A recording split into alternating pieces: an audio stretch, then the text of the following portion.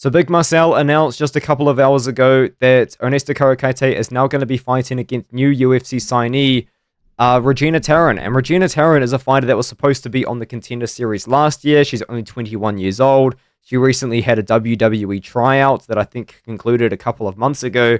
And most importantly, she's also from Mexico. And this card is taking place in Mexico City. Now, I do know that there is a little bit going on in Mexico in regards to, I guess, what could only really be bluntly described as like a cartel revenge situation, if I was to just lay it out there. And it seems like Mexico City is safe from that situation for now. It seems like the card is going to take place as planned, as expected. So for all I know, that this card is still going to be taking place in Mexico City, and Taran is going to be fighting Kareckaite. My early lean for this pick right now is actually going to be Kareckaite. And I will be honest, this is a bit of a low confidence pick. This is probably my lowest confidence pick on the card so far. I am familiar with Taran, and I did just brush up on my knowledge of her recently because I have to upload this video today because I'm going to be working a night shift as well as attending university tomorrow. So I just wouldn't have the time to be able to do it.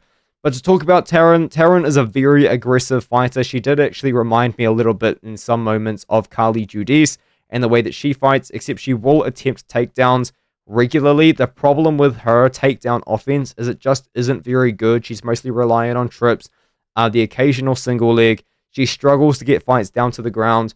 What she really makes up for in a lot of sort of lacking areas, like I would even say her striking technique isn't all that great. It's just pure aggression. She was swarming Caitlin Neal from the start of the fight to the end. Caitlin Neal, honestly, was also fighting with a very bad game plan and was kind of just like being a victim the entire fight. Like, she was throwing push kicks in the middle of the pocket. Moments before the finishing sequence, she was like clapping her hands like against her chest.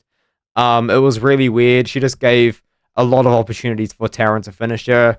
And that was probably her best win because Neal's been on the Ultimate Fighter. She's also fought for the PFL a couple of times as well. And yeah, she just got smoked. Absolutely smoked by Taran, to be honest with you. But Taran's a good up-and-coming fighter. She is pretty well-rounded when she does get the fight down to the ground from what I saw, especially in her debut. She is incredibly dominant. She's got ground and pound. She's got submission ability. But she does struggle to get the fight down to the ground against better opponents. Now, another thing as well is her cardio. I think she's going to be chilling cardio-wise. I know that I've kind of been pushing this sort of narrative of the elevation or the altitude difference in between Mexico City and other sort of locations the UFC's been doing events in.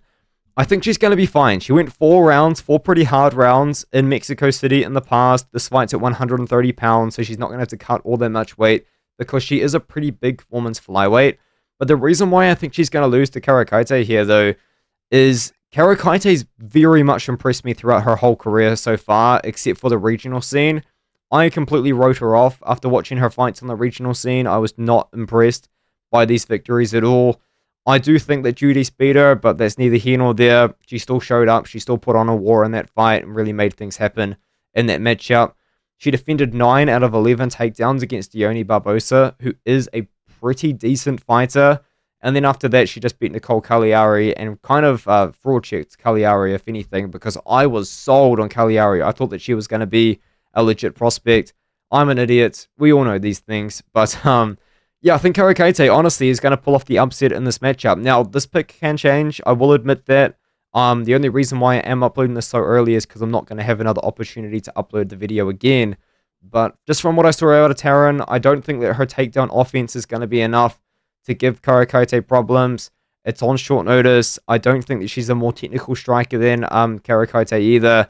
So unless she can land on Kareckaite and knock her out, I don't see Taran winning a decision in this fight unless it is a bit of a hometown situation. But the truth is, we just saw Kareckaite eat some good shots against a very good striker in Carly Judice a couple of years ago, and Judice has gone on to actually get a couple of massive performances in the UFC so far, including a knockout. So, yeah, I'm picking Kareckaite by decision. This is low confidence, I will admit.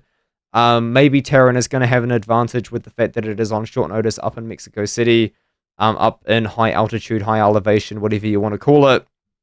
But yeah, that's the pick. That's the early lean. Let me know what you think in the comments below.